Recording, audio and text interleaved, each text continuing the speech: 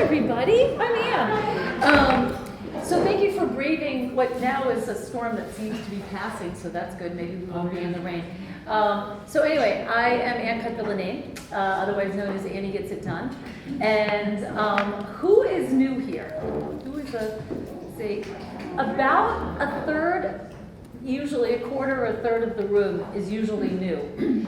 And I love that because it just means that there's different people, depending on what everybody's schedule is, depending on what the topic is, people are always kind of coming in and moving around. But our mailing list is about 2,000 people strong. We started it was 5 years ago. It was right before the pandemic. And anyway, it came out of a taxi ad that I ran looking for a man in the city of New York. And what happened was this. The man is still on the lam. Still hasn't been found. He's out there, I'm sure. But anyway, but what happened was that women reached out to me and said I was brave. And it wasn't that I was brave, that I said I was looking for love. It's a very funny taxi ad. But what it came from was that I said I was 56 and fabulous. And so saying that you are 56 was brave, and that scared me. And I was like, no, not happening. So I had just moved into this room, into this building, and I had this room, and I envisioned you all here. So I manifested you. So anyway, so it was. It's been a wild journey, and I want to just say that there's going to be some housekeeping items that I just want to bring up right now. So. Usually there's a small card, but we couldn't figure out the printer today, so now there's a big handout. It says stay in touch. So on the front, it just says, it gives my Facebook, my Instagram, all that good stuff. Entertaining Instagram. Always try to give kind of information. But on the back of it, I want you to just turn that around. Save the date for September the 10th. September the 10th, I'm talking about something that happened to me this summer that almost killed me. And but I want you all to know what happened because it is not anything that happened to me that is not happening to women all around the world. And it's really important. And what I learned in this room actually saved my life. So I'm going to talk about that on the 10th. And also just wanted to give a heads up to two of the people that are here in terms of staying in touch with them. And then we've got a third writer of a book that I want to tell you about. So anyway, take pictures tonight. Make sure you tag me or just mention us. I'm just happy to have people here. It's great. But also try to tag the people that are here. You know, people are taking time out of their busy lives to be here. So the writer of the book, Elizabeth, otherwise known as Liz, Janice, and Jennifer, who has a great nonprofit. Use the pens and the pads. You can take the pads to write things down. If you're putting notes in your phone, I think that you're texting a friend and I'm boring you, so it's a little, I get insecure. So anyway, you can use the pads, but make sure, I keep finding pads the next day that have all your notes on them, so take them. The other thing is take the flowers, don't take the vases. You can wrap them up. I saw somebody walking out with a vase. I'm like, no, I'm good. So anyway, take the flowers, they're yours to take. And anyway, and the pens are there, the Annie Gets It Done pens. There's a very funny story about that. So, where does everybody live? And the reason why I ask that on the bios is because I want you, especially on a day like today, share a taxi, go into an Uber together, go on the subway together. Ask each other out on a date after this, Like, we learned after the pandemic that we need people. We don't need them virtually, we need them real time. And the friendships that have come from this group, I just hold really near and dear to my heart. So that's why I asked where you are. So I'm going to ask you to raise your hands now. Who lives on the Upper West Side? Okay? So look around. Okay, so if somebody's sitting at your table, just go home. Go Upper East Side. Upper East Side. Okay. All right, Upper East Side. Okay, Brooklyn. It's so funny. Usually we have a lot from Brooklyn. Okay, two good Brooklynites. There you go. And I know there's a lot of people from suburbia, so that's good. Anybody up in Harlem? Okay, good. So you got two people right here. There you go. All right, good. Okay, so who's here from one block? all right? So One Block is my nonprofit that cleans the streets of the Upper West Side, so I thank you for coming, because you not only clean, but you come here to share. Impact 100, okay. So usually we have more from Impact 100. Oh, more, no, I was gonna say we do. Impact 100, look it up. It's a group of women that give $1,000 a year to make an impactful gift to nonprofits that are New York based. It's such an incredible amount of wonderful women with a great cause, and then you learn about all these wonderful nonprofits in the city, and then they're given these big $100,000 life-changing gifts from us. So anyway, it's a wonderful group, and they're doing a meet and greet, I think September 20th or something. Ask me about it, write to me, but look up Impact 100 NYC, because Impact 100 is a national organization. Okay, the bios. Who does not love those bios? I mean, I sit there, it's like the best book. And so it's like, I just go through them and I'm like, okay, we've got dog rescuers, business owners, fundraisers, cancer survivors, knitters, entrepreneurs, publishers, world travelers, reformed lawyers, healers, swing dancers, politicians, authors, yogis, money managers, Reiki masters, lifelong learners, and Jackie Katz. Raise your hand. Raise your hand. Jackie, raise your hand. Judy. Oh, I'm sorry. I know a Jackie Katz, and I keep calling you Judy Katz. Raise your hand. 83. 83. And wait, hold on. That's awesome. She's 83, but she just learned how to swim. I love that. She moved into a building that had a pool, and she's like, I gotta learn to swim. I've always wanted to swim. I love that. So lifelong learners, I love that. Anyway, and we are all daughters, and that's why I wanted to have our author here tonight. It's in honor of my mother and all mothers, whether we're fur mothers, whether we are mothers of children. We are all daughters, and so I wanted to, I lost my mother a couple years ago, and it is an honor to have someone that something came out of the loss of her mother, that she decided to write this book. Anyway, we also have a tea leaf reader. We were gonna have Lionel, and so Lionel, it was a psychic. He's not here tonight. But if anybody wants to get their tea leaves read, raise your hand. I love that. I love it. She actually drinks the tea for you, and she can do it virtually, because I can't have any caffeine right now, so it's all good. Anyway, and she also works as a matchmaker, so I actually need to have, whatever it takes. I will drink somebody's tea. Okay, so the format tonight is going to be different. And I just haven't had a group dinner since April, because I had a bunch of crazy stuff going on this summer.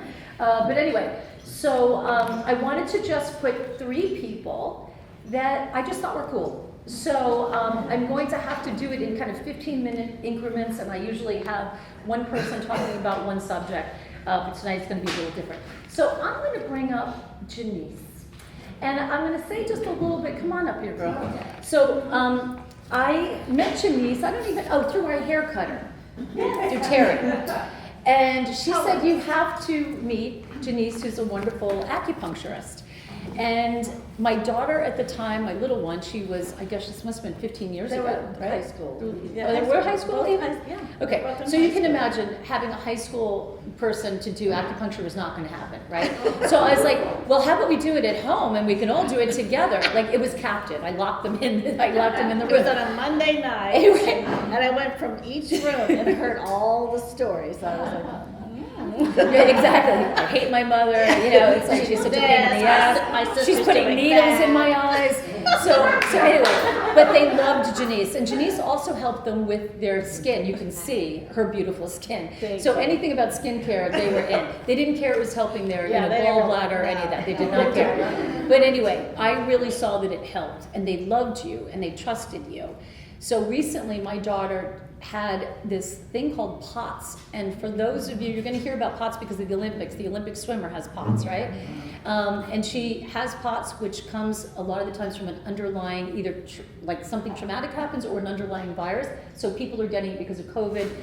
It's kind of a long COVID thing. Anyway, out of the blue, all of a sudden she stands up and her heart rate goes to like 165, and it's crazy. So instead of the doctors and the doctors, you do have to take medicine, don't get me wrong. Doctors are really important.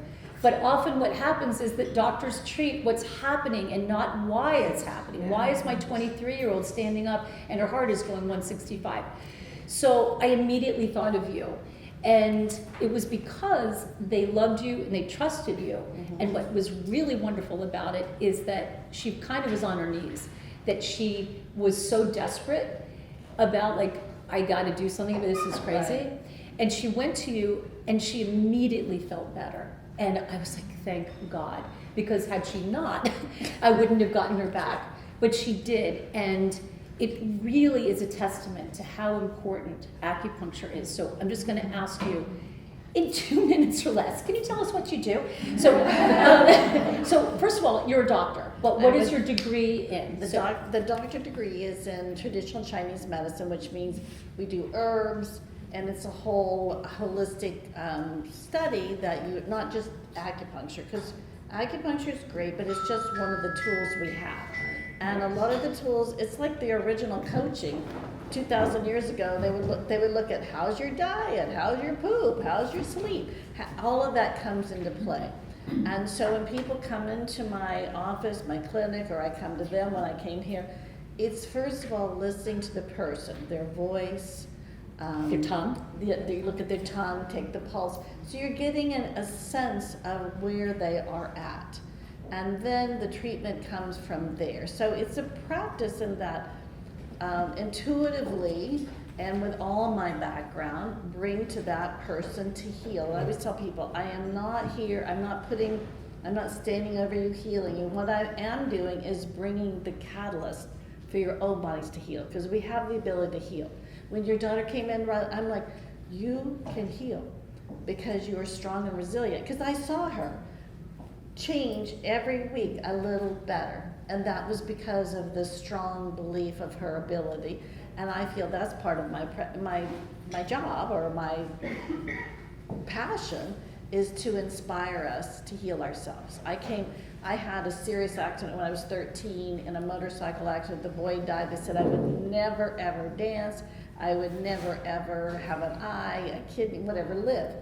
And that taught me something so powerful. I didn't even realize or articulate it, how it brought me into Chinese medicine, because this medicine has a great history in bringing people to themselves, to heal themselves. So I feel like I really have a whole space for that.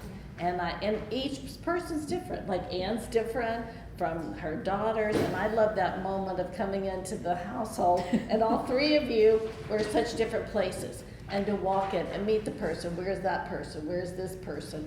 And so Chinese medicine is very much a part of healing, and it's very integrated in, I go to the doctor, I take my medication when I have to. It's not like I'm only doing this. When I went to China, they had neurologists along with the acupuncturists. There were people in there like, this woman just had a stroke, and all of a sudden everybody was in the room working together. And so I feel like if we can use these, modalities to help us and go to it and not be scared. When I first became an acupuncturist, people were frightened. Well, okay, so that's the question. Right. So I'm laying down and you start to put needles in through me. So does it hurt? That's a great question, because people, Who has had acupuncture? Yay! Okay. Well, New Yorkers. That's a rarity. Yeah. If this was Iowa, people would not be raising their hands. They would be like, Nebraska? No. Are you a witch doctor?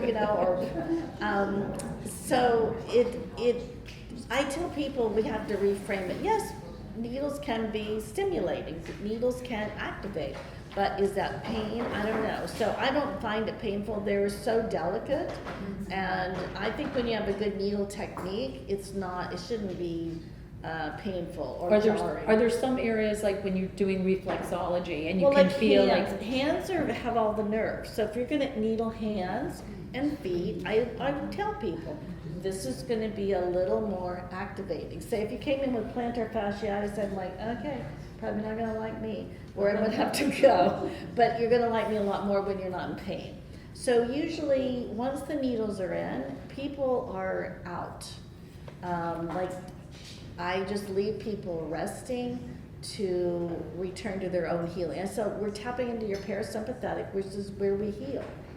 I mean, we heal in these places. We don't heal from, oh my God, am I going to get better? I mean, we all have that worry. So acupuncture helps us put the worry aside and really return to our essence of understanding. So pain is not a big deal. I do find Americans are much more frightened of needles, and I don't know if it's our childhood. Anybody that came from any other country, they're like, oh yeah, whatever. I mean, it's just, I don't even have to explain it. I don't think they're stuck as much. Right. I think everything we were stuck as kids. We're just stuck, Right. and we were scared. How and we were, long are you typically on the table? Well, I like to give, I've studied with all my mentors were Chinese, and so we do front and back, because we treat yin and yang. Yin's in the front and yang's in the back, and so I am not one of these 20 minutes out the door. And I find that's the American style. I'm a little disappointed. I mean, I feel like you need to let people, because when you come in as a New Yorker, like with Ann, there's no way I'm like, needles in, 20 minutes. I mean, it takes her 15 minutes to like bring her down. I Like, put my phone down. Yeah. And lie down. Like, so people come in and they're like, okay, and I listen, and then I can be putting needles in. I'll usually start on the back because I can treat all the organs, and these are so people will start and they're just gone. And then I turn them over slowly so people can be on the table a good hour and a half, hour and 20 minutes. And I tell you, this is not a rush thing. Or if somebody tells me I have a hard stop, I will honor that, because at least you came and you knew you have some big event. I'm not going to say, well, too bad, you're going to be left in the room. But most people I have 4 treatment rooms, so I can let people rest. I don't have to hurry them, and it's a very slow medicine. So I like to slow it down personally. I'm from down south originally, so it's almost like it resonates with me. Although I talk fast and I am fast, but when I'm at my office, I literally slow down. Where is your office? My office is at 42nd and Madison Avenue, right in the center of it all. That is in the center of it all. Center of it all. You go in And there, it it is feels like- very zen, but you coming out, it's like. I was like, okay, get ready. Right. Go back, Go back out Put your to the room. sunglasses on and like, just know you're going home. Does insurance ever pay? Does It any? used to back in the day. Back in the day, there were certain Wait, we have the insurances. head of HR of the New York Post here. Would It would used your to- insurance cover acupuncture? Backgrounds would, the post would not. We would not.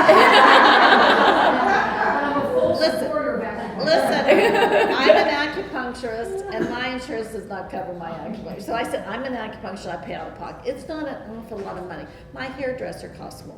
Yeah, I mean, exactly. really. I mean, I'm No, just, at exactly. the end of the day, I'm like, really? If that's because we don't charge.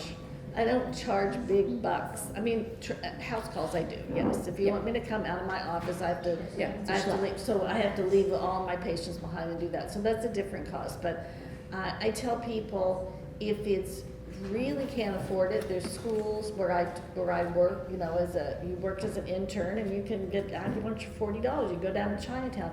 But the kind of acupuncture I give with everything, whether it be cupping or E-stim, all the things that go, modalities. I only have now 2 people that have coverage with acupuncture. When I started 21 years ago, I would say about half the people had some sort of coverage.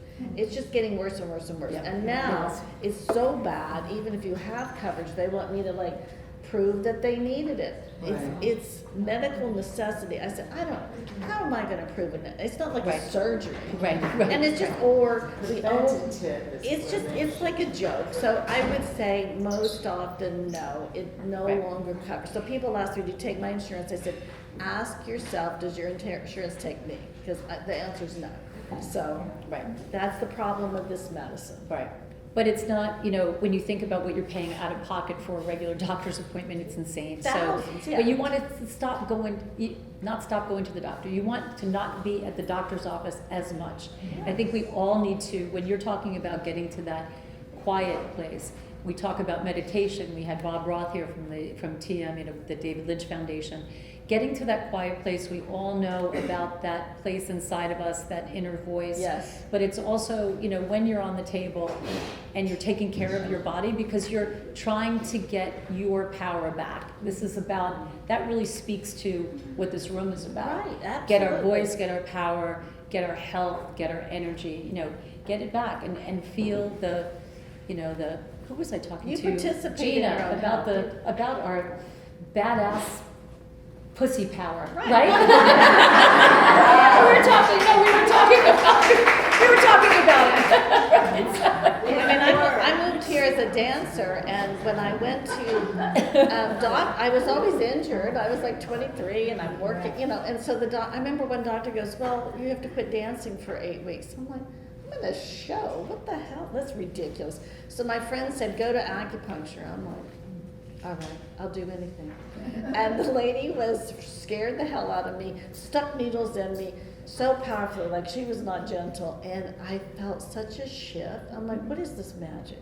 What is this magic? And I started going, that was like the 80s. And I remember just always going to her, and she would tell me, she would say crazy things like, tonight, no shellfish and no husband. and then she would say, tonight, give husband break. Oh, give king break. Give the king the break. So I'd come home and tell and it was shower curtain, so you heard everything. I tell my husband, she doesn't say this to anybody else. She thinks I'm some sort of sex medium. There's so much sex that my back hurts. I don't know what, I couldn't even. My back hurts. I was like dancing. I was so she said all the time. So one night she goes, tonight, no husband. Here we go again, friend. And she goes, oh, you're very funny. But that was the only person. It was straight up, came from China, English very little, but I felt such transformation. I mean, the office was horrible, the little towels, it was creepy, but you can go to a nice place. I did care now, so I said, now I have the spa setting, and I have the robes and the music and the smell and the essential oils, and so I don't want to practice that way, but I take away the expertise from these masters. They were masters. And so I was trained by masters, and you became the queen. I want to thank you for coming, because I got to go on to the other person. But Janice is going to be here at the very end. I'm going to do a quick Q&A with everybody at the end. So, and also she'll of course be here at the very end, and you can grab her. And on the back of that big gigantic flyer, you can find her as well. Thank you. Okay, Jennifer Openshaw, come on over here. So she is the chairman and CEO of Girls with Impact, and I was just recently introduced to you, and I happened to have a spot, and I just thought what you were doing was so super cool. So let's look at the ladies, and I want you to tell us a little bit about what it is that, tell us about your nonprofit. Well, there's been talk for years about why there aren't more women in business leadership, right? So much talk, and that we decided to do something about it. You can turn this way, just because they can't hear you in the back. So. Yeah, and so we run the nation's leading business and leadership training program for young women and girls. And what are the ages? They are 14 to 24 now. We started in the high school space because the view was that when you train and impact somebody young, it's Nora and I were talking about that the impact is just huge, right? You can't train a woman at 40 to believe that she's a leader and that she can. You can, but it's going to cost a lot more, and it's a lot more difficult to do. So we are really focused on leveling the playing field for the next generation of women. And are you in the schools, or are you a after-school program? Yeah, we are both. We're generally an after-school program. So we. And I'm sorry, New York, Connecticut, Westchester, where are you located? So I am headquartered in Greenwich, Connecticut. We serve young women across the country, but we focus where we have funding resources, and that generally tends to be New York is a big priority for us.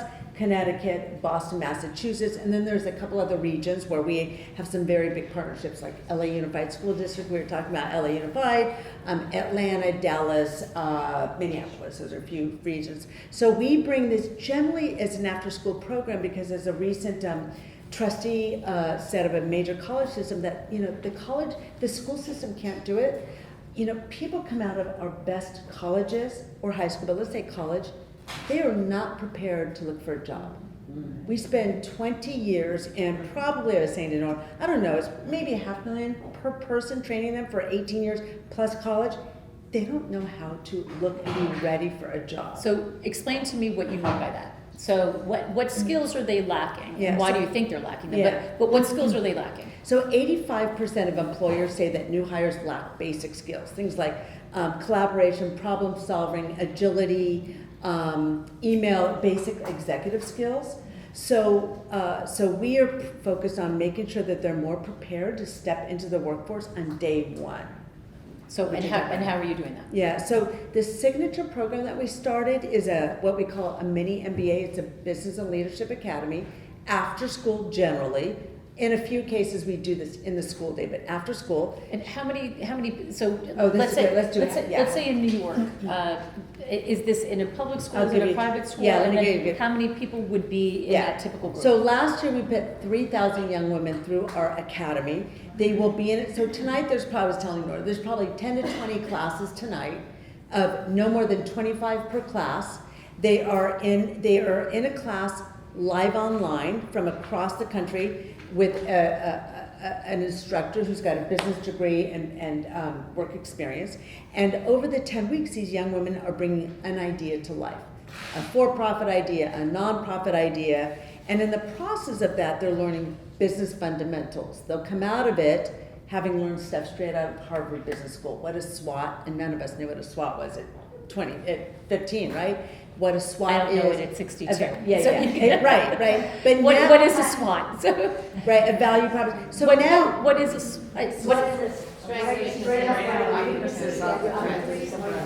Thank Yes. you. Wait, all right, okay. Yeah. So, wait, sorry. Not all of us know what this is. Say it So again. a SWOT is, if you do a SWOT analysis to look at what are the strengths of a situation, typically we use it within the context of a project, or we can use it within the context of a person. Like, what are your strengths? What are your opportunities? What are your weaknesses? And I like to call them, what are your areas of growth? And what are your threats? That's what SWOT is. well done, threats.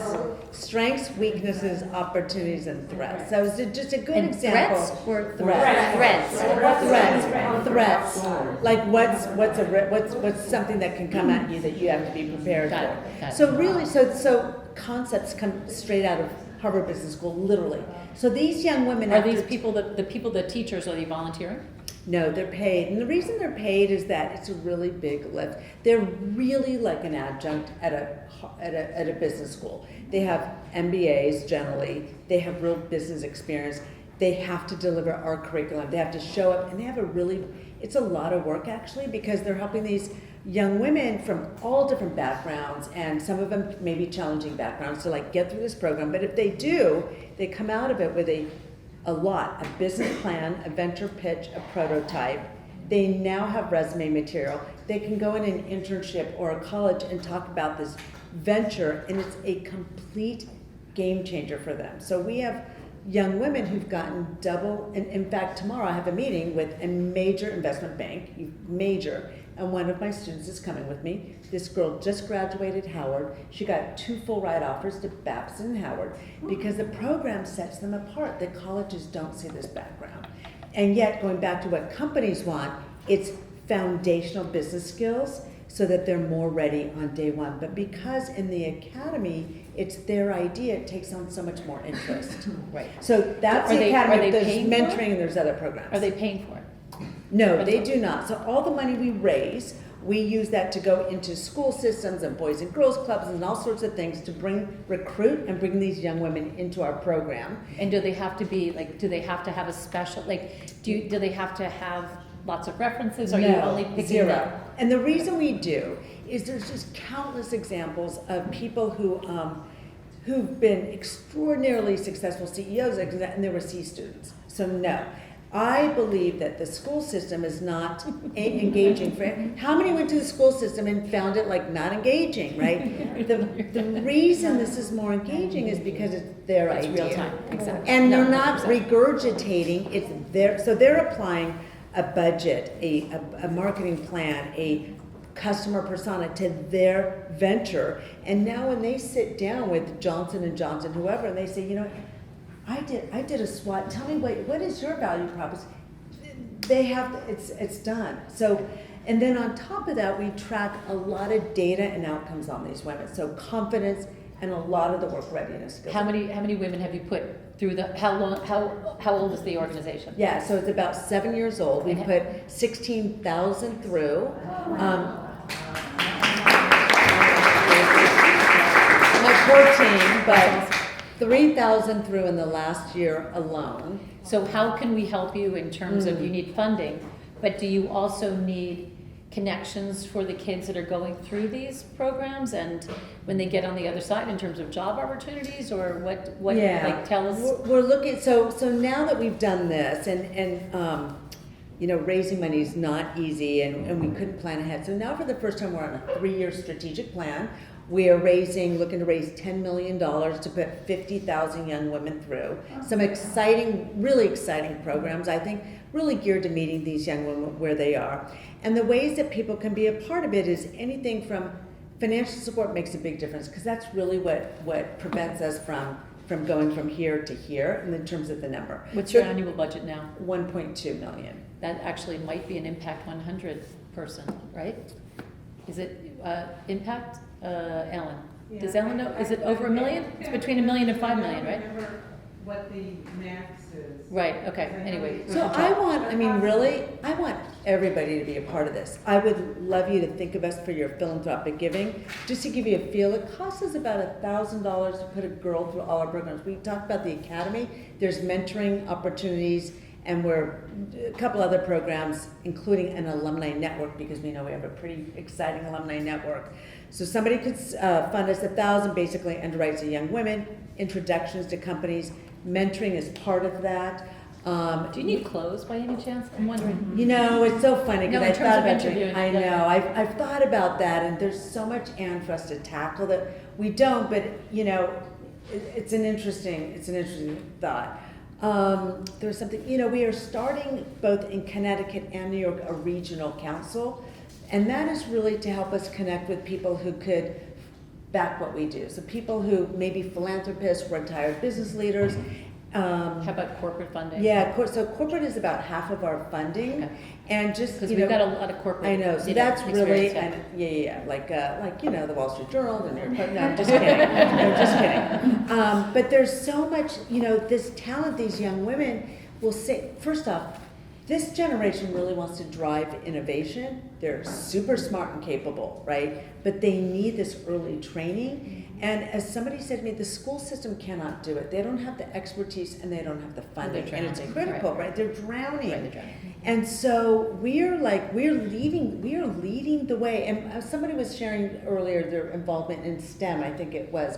So there's lots in STEM, there's lots in college prep, there's lots in under-resourced young people, helping them. We're in the focus of preparing the next generation to step into the business world more ready on day one, and to level the playing field so that women can move up the ladder. If we increase their confidence, give them the skills and the network to be more successful on day one, they have a more opportunity to move up the ladder. Can you, if you know of a young woman that would be great for this program, can you sponsor them? Yes, and by the way, Okay. so we could give you a flyer and say, we just want we want as many young women as we can, because our power is. But if I we think- can we yeah, sponsor? you can sponsor a young Okay. woman. Yes, you Yeah. can. Okay. Yeah. What's your background? I'm from California. I was raised by a single mother who was a waitress, 2 full-time jobs. And I started my career in government, actually, in California, for a pretty prominent elected official. And then I moved into the financial industry. I was in I was in Silicon Valley in the early internet days. And how'd you So end up in Connecticut? Really amazing. I met my husband, who's from Greenwich, Connecticut, in a pastry shop in Florence, Italy. And 42.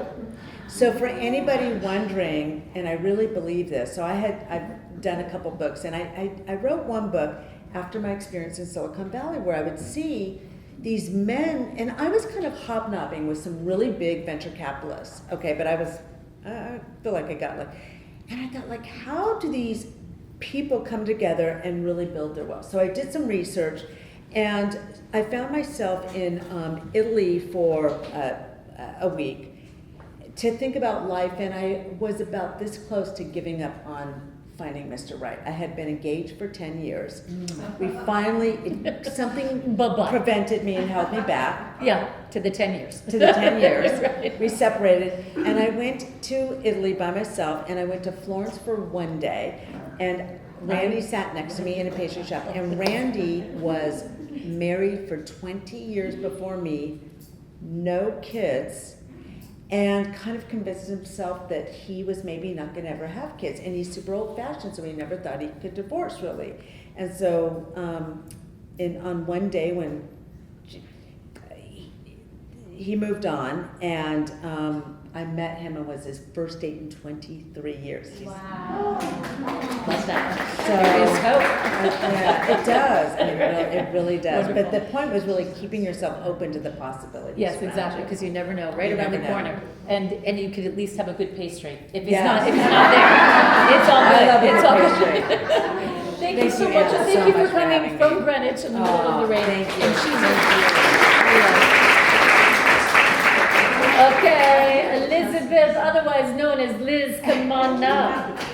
So, oh, you have it. I brought it too. Oh, good, good thing. I've got it here. So, Liz is the sister of a good friend of mine, Diane, and I was thinking about doing my next meeting here, and I was like, what am I going to do? And then I got a phone call, and she said, hey, my sister just wrote this book.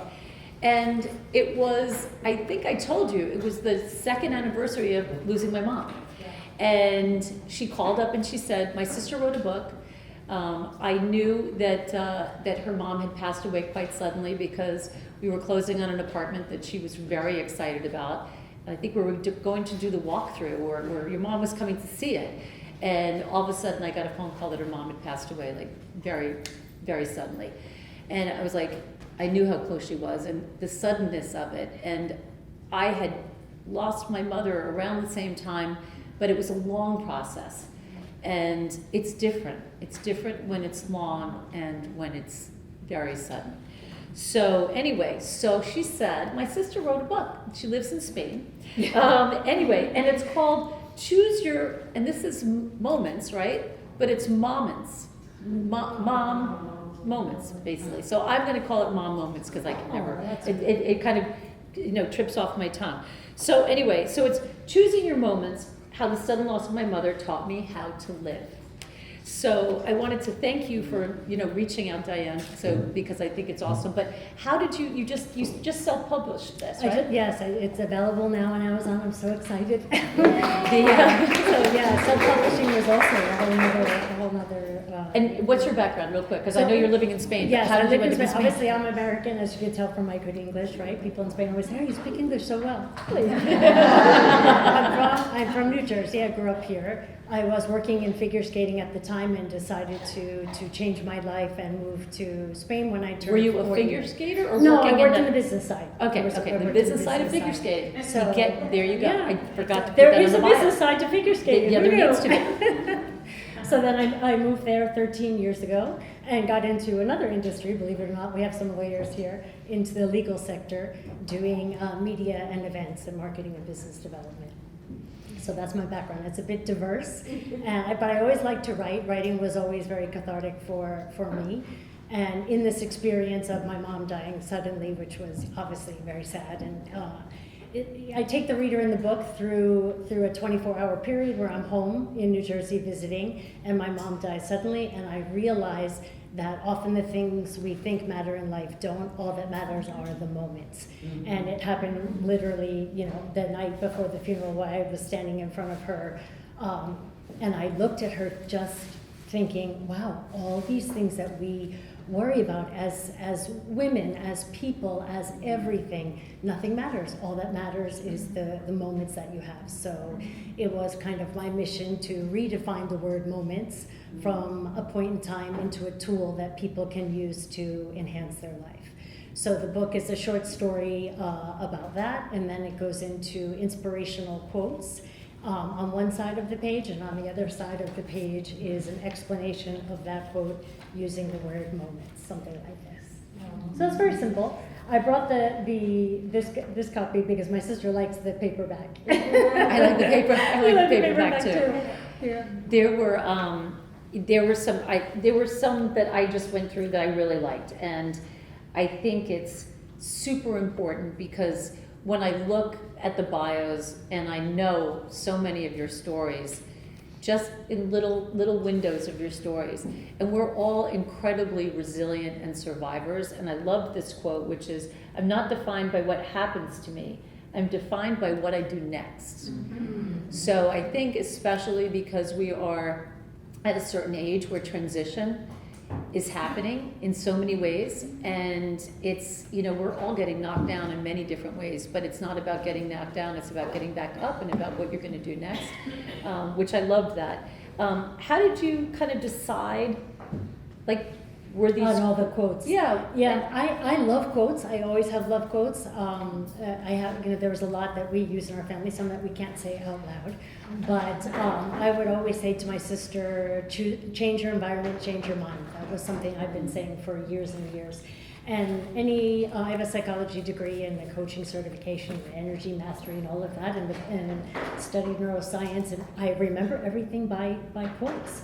And I think it's an easy snippet way to be able to stop yourself from, and choose again, choose for the first time, and to really help you. Quotes are quick and easy. I mean, the Twitter happened for a reason, so that's short why and to we the went point. with that. Exactly, exactly. Well, this is short, but I love this. The fall is only final if you don't get up. So it's all about and sometimes I have to tell you, sometimes what I struggle with is sometimes I get up too fast. So it's just like I was talking about this recently in trauma therapy, which is EMDR. It's different than regular therapy. It kind of it's almost like something that's traumatic has happened, and it's just just really getting at the core of it, talking about it, but purging it. And I was in the front yard about 5 years old, and there was a T intersection, and there were a bunch of kids going through on their bikes, and I watched them go through. The last person going through on the bike went through just as the light changed, and the car hit him, and he fell. But the first response is, I gotta get up, I gotta get out of this, I gotta get up, I gotta get out of the street. And as he got up, it was a compound fracture. I just literally saw his bone go through his leg. But I think about that because, and I'm sure that, again, when we talk about, about the loss of a loved one, when you have that period of time to say goodbye, it can be mind-blowing because it can be horrible to go through that. But there's a time and there's a grieving process, and there's ways to say what you need to say, and it's a gift in many ways. But when it happens so suddenly, I just think about that kid in the middle of the street that you feel like, okay, this just happened, I just lost my mother, and I gotta go on. And it's not until later that you realize, I've got a fucking compound fracture and my bones are sticking out of my leg, quite literally. So is that what happened? Did you get up and no, I mean, I was in shock. And especially, my sister and I were very close to my mother, and and we would say we bossed her around a little bit, and it was like, well, wait a second, she didn't ask us if she could die. Are you sure? Yeah, that was one of my first things I say it in the book. Let me talk to her. I'm sure she'll come back. Yeah, do you know what I mean? What is this? So you just first kind of go through this shock period. But I had a moment by myself the night before with her, the night before the funeral, where I realized that nothing matters but the time that you spend with people or the moments that you have. So it was a commitment in that moment that, okay, this is, my mom used to say that her kids were her purpose. So I gave her her purpose and now she's given me mine. And in the book is a step to be able, and my purpose would be to try to have people choose their moments, realize their moments, and it's not to emphasize the scarcity of time, but the immensity of time, resources that we have. And to live well, because we are visitors. As much as we feel that we belong here and this is our life and everything can be heavy, we are visitors here.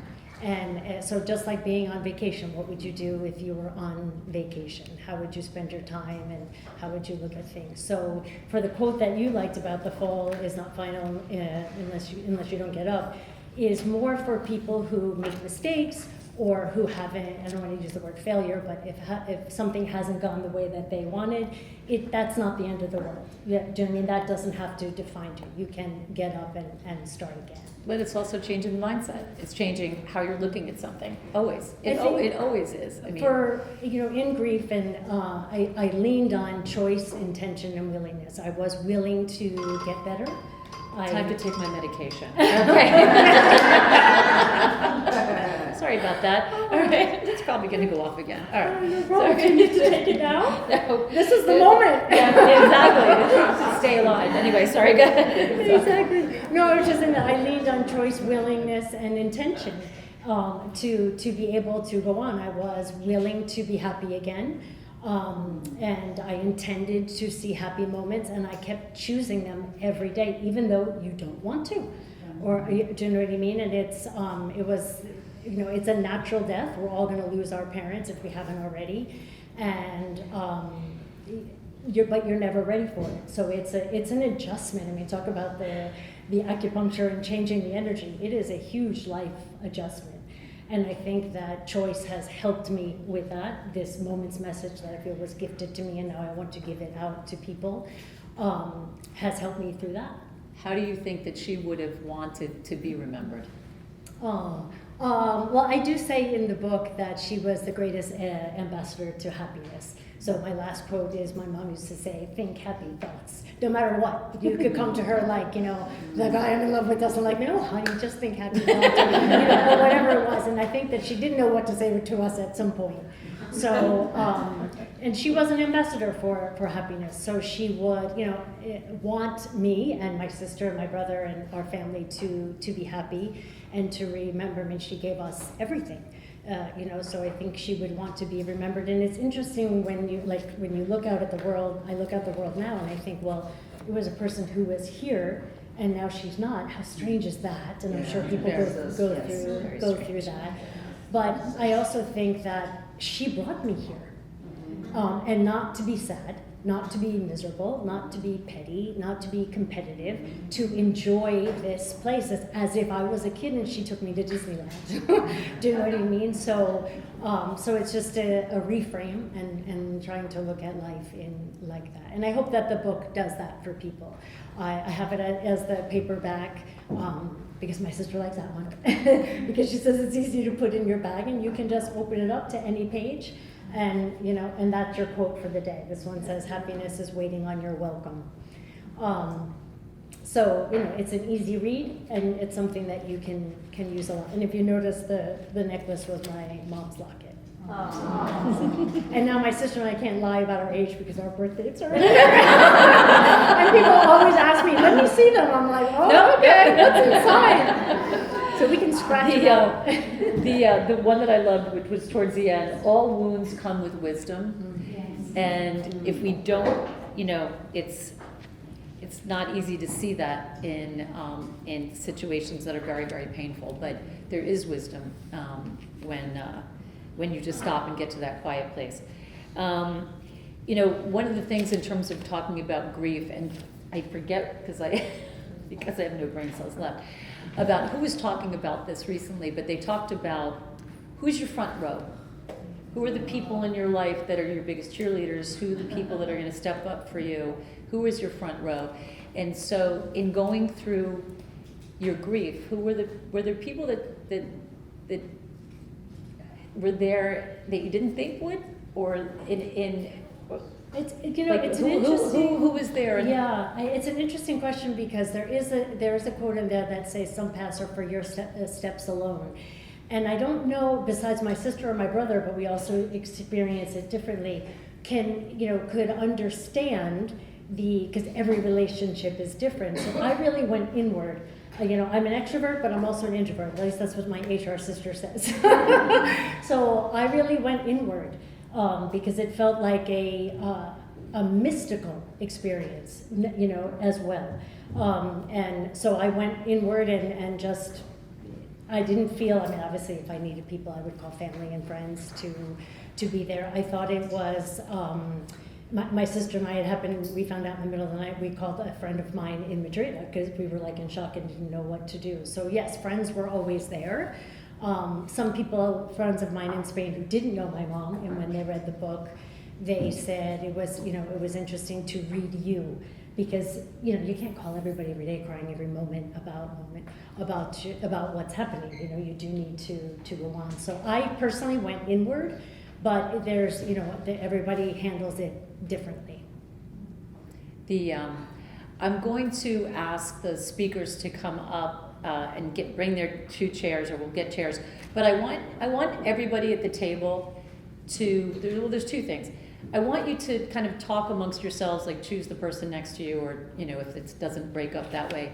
How do you want to be remembered? And not in a morbid way, not like, like on your gravestone, what do you want? It's also not like the Real Housewives, what you would say at the opening of the Real Housewives episode. But it's like, what are the things that you want to be remembered? And also, what are the moments, I was asking my kids recently about like their favorite trip. And I'm thinking they're going to say, oh, the time we went to the safari. And they said this trip that we took in the middle of COVID where we rented this shack in the Hamptons, and it had no running water, whatever. But that was their favorite vacation. And I realized it's the moments, it's that time, and so I think share at the table while we just set up the 2 extra chairs, and then we're going to do just a really quick 10-minute. Who would be interested? I went to this kind of cool afternoon on a Sunday up in Darien actually. And it was like I've been wanting to do like a long weekend women's retreat type of thing. So if anybody would be interested in that, I'm going to send it out, and if you are, just kind of email me sideways. Sideways. All right, it's been a long day. But anyway, I just wanted. I think I would like to do something in kind of the New York area, but also I'm thinking about someplace in the Bahamas where I have a place. But anyway, so I think it would be great. So anyway. I wanted to just open this up to a Q&A if you have any questions, but also, Liz, I just wanted to thank you I think it's just so wonderful to write a book, to self-publish it, to just follow that.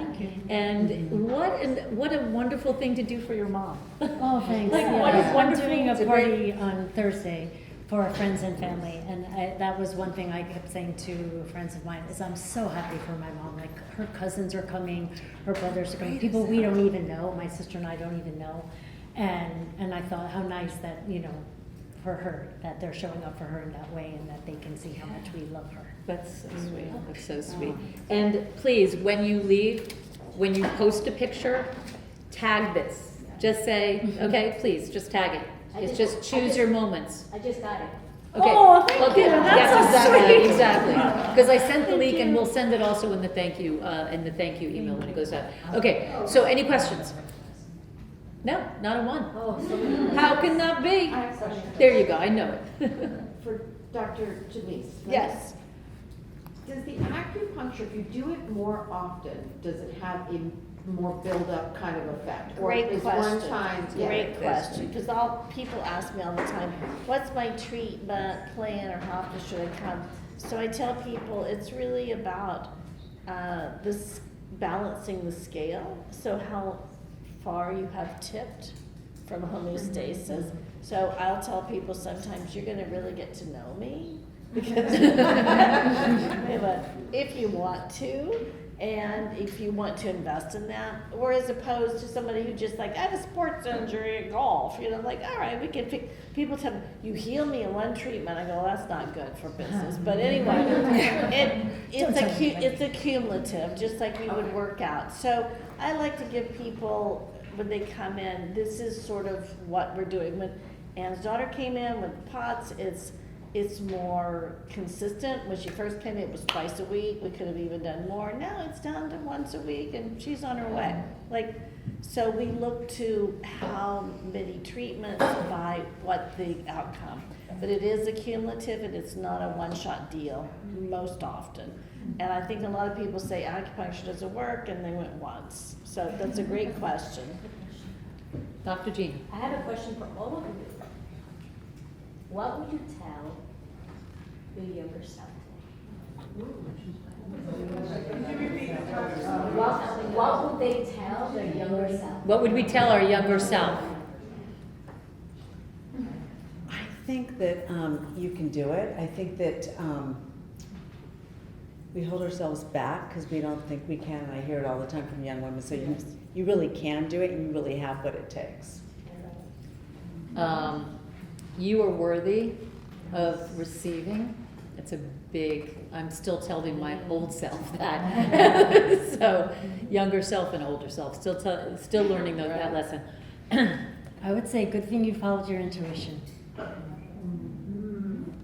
And I would tell my younger self, you are enough. Yes, that's right, yes.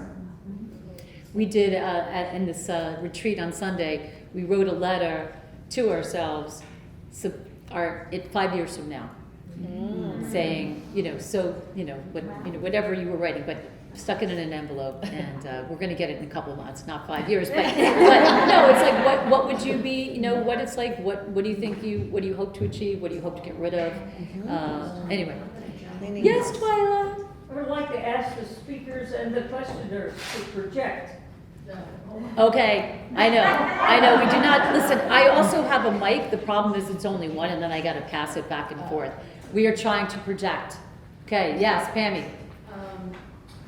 Girls with Impact, Jennifer, have you seen a significant change on girls or people's interpersonal skills between working from home and COVID? Because I just feel like not going back to work for these young kids, they're not getting groomed at the opposite.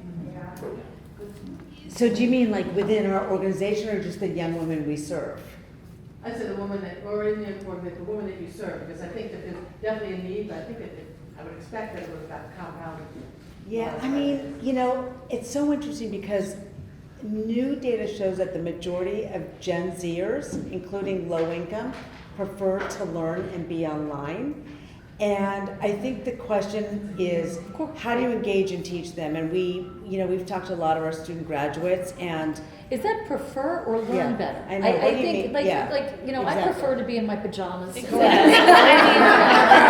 we just be in our pajamas and connect online and make it interesting and compelling and educational? Prefer. This is like That's HR. what we- This is that's like what an we HR do. question. That's what It's we like, do. yeah, exactly. We should have a Thank pajama you. party. Oh, that's such a great idea. And we do allow pajamas.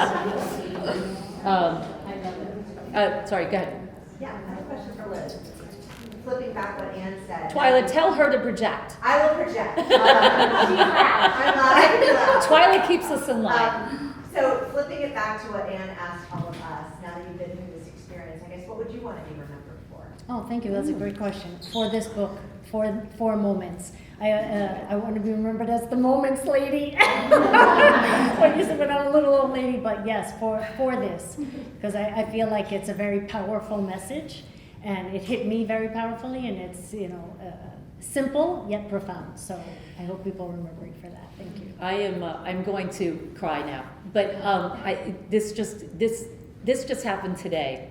My sister called me up, and she had gotten together for her 60th birthday with all of her high school friends, and many of them had very, very challenging upbringings. And my mom, her license plate said "Love Heals." Okay? I mean, she was the crunchy granola, she was, but the sweetest. Like, you can't understand how sweet she was.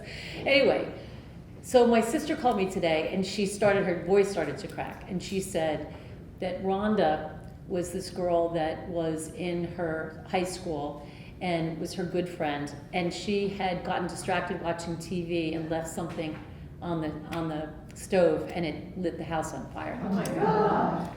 And that the family was then living in a trailer on the front of their yard, and things were already bad to begin with, and you can imagine. And then they didn't have a car, and so she was walking home, and somehow my mom saw her and put her in the car and just talked to her. And this is something that happened when she was 15 years old, that she was telling my sister this, just, about how the words of my mother had just told her, like, I'm so glad you're okay. Like, not like the house is burnt down, you're in it, you know what I mean? I'm so glad you're okay, because you're worthy of being okay, and this was an accident. But to remember that for so it's those moments, you never know what little random acts of kindness, what words of wisdom that you don't even think are wisdom, but to somebody it changes their life. So the moments really speaks on the fact that they're from moms. Not all of us had great moms. I know that. And so, but if it's not a mom, I want you to think about the person in your life that was a mom figure, in its best sense, which is to be loving, to be supportive, to help you know your worth. And also to ask yourself, do I want to be spending my moments thinking about this, doing this, complaining about that, worried about this? It really redefines when you look at it that way. The other thing that I could be remembered for is for living in my bubble. Just ask my family. I've been living in my happy bubble for a long time, and asking myself that question about, do I want to spend my moments like this, really, keep you in a better mindset. One more question, Gina. If Oh, wait. anybody else has a question, Sorry, go ahead. because I know. There was one other question in the back? Sorry, go ahead. Yeah, I was just curious for Dr. Denise, if someone was interested in self-educating about Chinese medicine, is there like a particular book that you would recommend to someone?